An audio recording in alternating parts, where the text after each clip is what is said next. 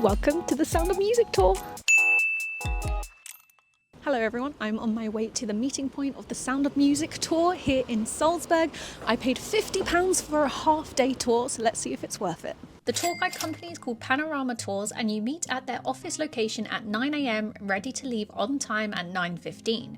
You must collect your ticket from the office before getting on the coach.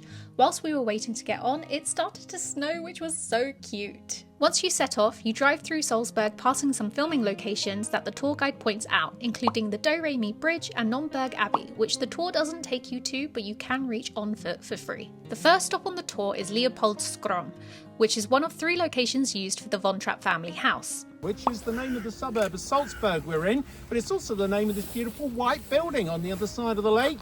Leopoldskron Palace, one of many palaces built throughout Salzburg's history by the various archbishops that were running what was an independent province. And this one was built in the mid-1730s by Leopold Anton Firmian, hence the name, Leopoldskron. And yes, it was this house that Hollywood chose to be the Von Trapp house for The Sound of Music, but you didn't see that building at all in the movie. The reason for that, a year before they started filming, a team flew out here from Hollywood to come and assess all the locations that had been scouted for them. They were going around with the local authority discussing what they were going to be filming, when, where and how. And when they got here, they realised straight away there was a big problem at the front of that house, a lot of trees and bushes that would have to be removed in order to improve camera angles and lighting for the scenes that were going to be shot there. They were told in no uncertain terms there was no way they were going to be allowed to remove the trees and bushes, so they carried on looking at other locations, found the one that you did see in the movie, Frohnburg, which we'll see a little bit later on. Our tour guide is called David, and he's fantastic. He is telling us so much about the film and how it was filmed with the production company and all the ins and outs of what happened on set, like dramatic stuff that's happening on set. And yeah, our first stop was at Leopoldskron, I think. Leopold something. And it's one of the 3 houses that was used for the Von Trapp house, but it wasn't really the main house. They used the outside of this area with the lake and shot some very iconic scenes. We then hopped back on the coach to travel to the next location. On the way, David told us the true story of Maria and the Trapp family singers and pointed out one of the other locations used as the Von Trapp family house, Frohnburg Palace, which is now part of a music university. The property and its surrounding areas are privately owned, so the tour group can't go there. However, if you are passing through alone, you're allowed to stop by and take a photo. Okay, are we ready? Let's start with roll singing. You wait, little girl, on an empty street. Your life, little girl, is an empty page that men would want to ride on. Oh, I have got singers on the bus. I'm excited. Here it is, the Gazebo. Right here. Okay, the first thing I normally get asked is, can we go inside? It is kept locked, I'm afraid. The reason it's kept locked, many years ago, when you could go inside, people were pushing and shoving as they were leaping around in there. And one day an elderly lady got bumped into. She slipped and her leg went through a glass panel. It was rather messy. So since then they have kept it locked for everybody's safety. And the next thing I normally hear is, it's not as big as the one I remember in the movie. So this was the gazebo that was built at Leopoldskron. It was built only to be seen in the background. You were never going to see this one up close, so it didn't need to be that big, it just had to be there. We only saw this twice throughout the whole movie. When the captain and the baroness were walking through the garden, we saw the gazebo behind them, I mentioned that earlier. And then later on when the grown-ups were sat on the terrace drinking the big jug of pink lemonade. All the other gazebos were in a Hollywood studio. And the first of those, just like this one, was also only to be seen in the background, but for the nighttime garden scenes. So when Rolf and Liesl first met up at the beginning of 16 going on 17, that was all shot in the studio, not in the garden at Leopoldskron. They needed a gazebo for the backdrop there, and we saw that one again later on when the captain and Maria were in the nighttime garden staring lovingly into each other's eyes during the Something Good Love song. So it turns out there was a lot of accidents on the film set of The Sound of Music. The girl who plays Liesl, she broke her leg, and the little girl who played Gretel basically drowned. And Julie Andrews also hurt herself. So very dramatic film set, it seems. And also lots of trickery for filming. Like, even the gazebo that we were just at was filmed in 3 different places, just like the house that we saw earlier. And as someone who's worked in the film industry, I kind of understand it, but 3 does also seem a bit over the top. So this is in one of the scenes where Julie Andrews is running down with her guitar and jumping and skipping along all the way down to the house, and at the very end of that road is the house, but this is a private road, so the tour guide isn't actually allowed to go down there, but if you just come as public, then you can kind of have a wander.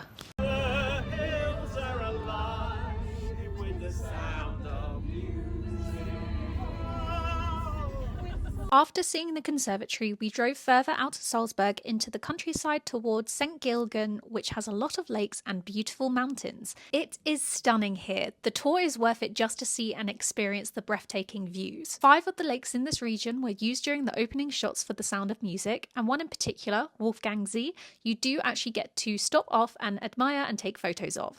So this just behind me is Wolfgangsee, which is one of the lakes in this area. It's the 4th largest lake, and this was used for 2 shots, I think, David said, at the beginning of the Sound of Music film.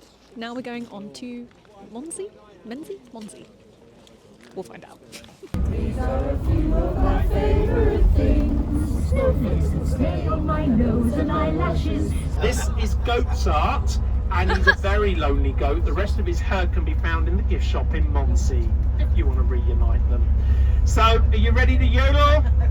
Yeah. Come on, let's do it. The lonely goat herd song.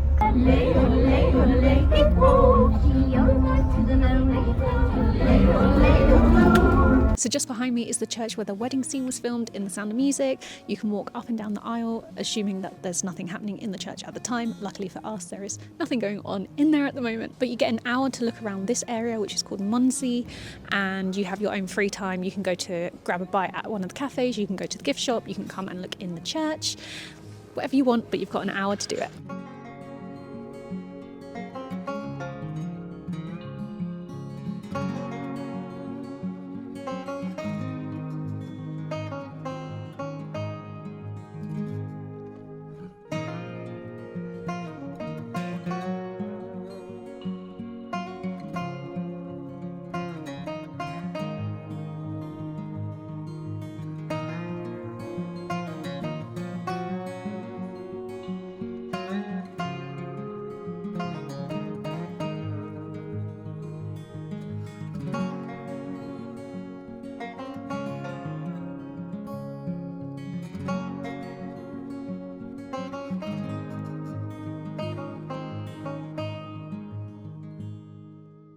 And this is the town of Mondsee. It's very cute, very picturesque. And this cafe behind me, Cafe Brown, was apparently the cafe that helped cater for the film crew when they were filming at the church. So you can go in there, however, it is only cash only. There's a bank just across the street, so you can get some cash out, but make sure you have cash if you want to buy some food from there.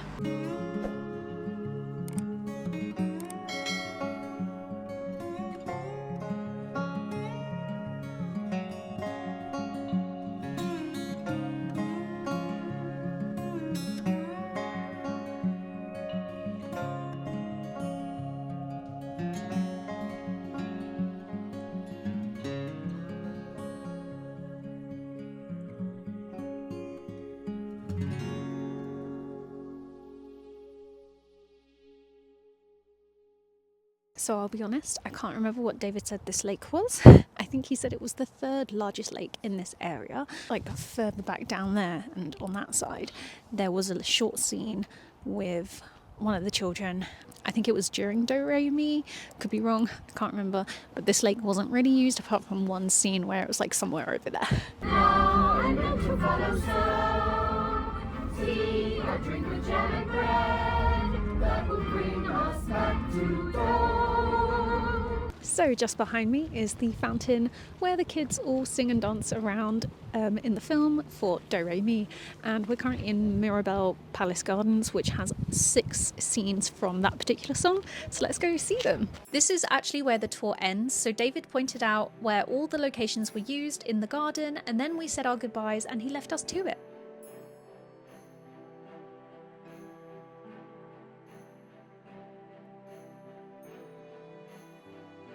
So this is of course where they run through. As you can see, there's no leaves over the top at the moment. However, further down there are, so we'll go down there in a second. But you can do a little runabout and pretend that you're in the film. Yay!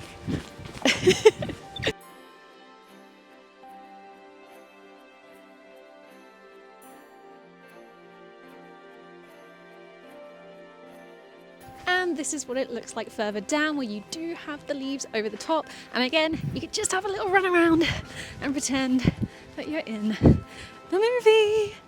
Yay!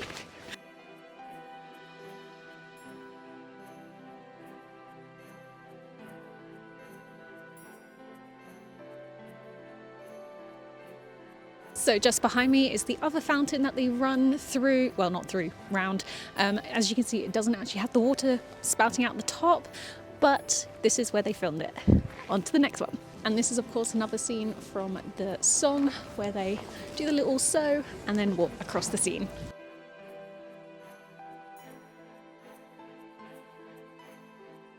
So I'm just walking back past the fountain, the Do-Re-Mi fountain, and we are going to the gnome garden, I think the tour guide described it as, and they run past and pat a gnome / gargoyle on the head. So let's go find that. Our tour guide said that the gnome had his tongue sticking out and is wearing glasses. Most of them are in this circle and a couple of them are just on the side, just like I think the one that they used in the film. There we go, I think that's him. Let's give him a little pat on the head. Yay! And then the last stop in Mirabell Gardens is, of course, where they end the song and Julie Andrews hits that very, very high note on the steps. So let's go see the steps. I actually walked down them last night, but I didn't realise it was the steps because it was pitch black. So technically I've already been there, but I didn't get any footage of it because it was pitch black. And there they are. People were already taking photos. But those are the steps, and they are actually right opposite the fountain that they dance around. Very easy to find.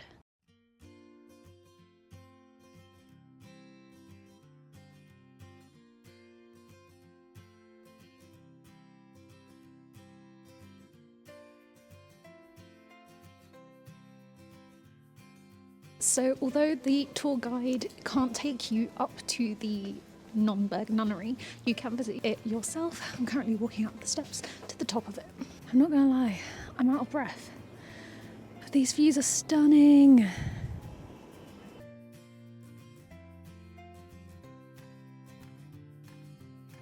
So this is the nunnery where the real Maria was, and this is the nunnery where they filmed part of the outside scenes. This is honestly beautiful. Wow. I think one of my new favourite things are tiny towns surrounded by mountains. So this is where the children walk up, and I can't remember if they ring on the doorbell or something, but they go stand at that gate. So I think they said that this nunnery was actually built in 714, which it makes it so old. 714.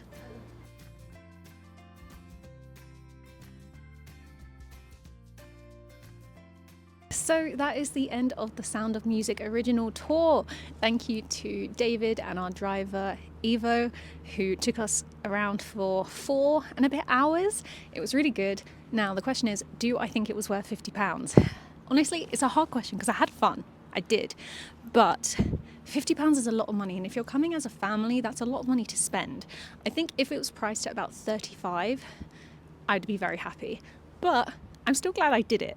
So I'm kind of in two minds about whether I think £50 is a good price for it. I understand that it's paying the people who do the tour guides, it's paying for the driver, it's paying for the fuel that the bus has, but a lot of people do it. There was only, I think, 2 or 3 seats that weren't taken on the coach today, and I read in some of the reviews that sometimes they are overbooked and they have to have a minivan as well as the coach. So they're having a lot of people do this tour. Obviously I'm here end of November. I can imagine in the summer this tour is packed, and the reason why I booked this in advance is because I wanted to make sure that I could do it.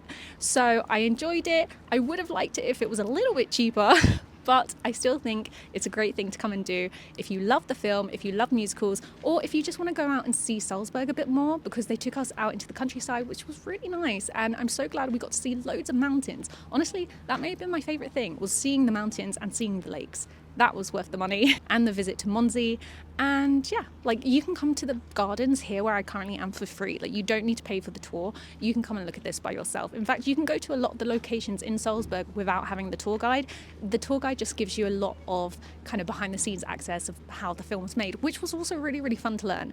But yes, I enjoyed it. I would recommend it. I would have just preferred it if it was a little bit cheaper. I hope you enjoyed this video. If you did, please do give it a thumbs up. Let me know if it helped you in any way to make a decision whether or not you wanted to do this tour and you were a bit on the fence. I do recommend it. I will leave a link to the booking that I did. There is literally only one guide group that does this tour, but there are different places you can book it. I booked mine on Get Your Guide. I will leave a link to the Get Your Guide one. It is an affiliate link, so if you do book through that link, then I make a little bit of money, and I would appreciate it if you did book through that link, but that's totally up to you. I hope you enjoyed this video. I have plenty more videos on my channel about different various locations around the world, so check out my travel guides. And I think this is going to be my first Salzburg video out, but I'm going to the Christmas market later today. It's the first day the Christmas market is on, so I'm very excited to see everything Christmassy later today.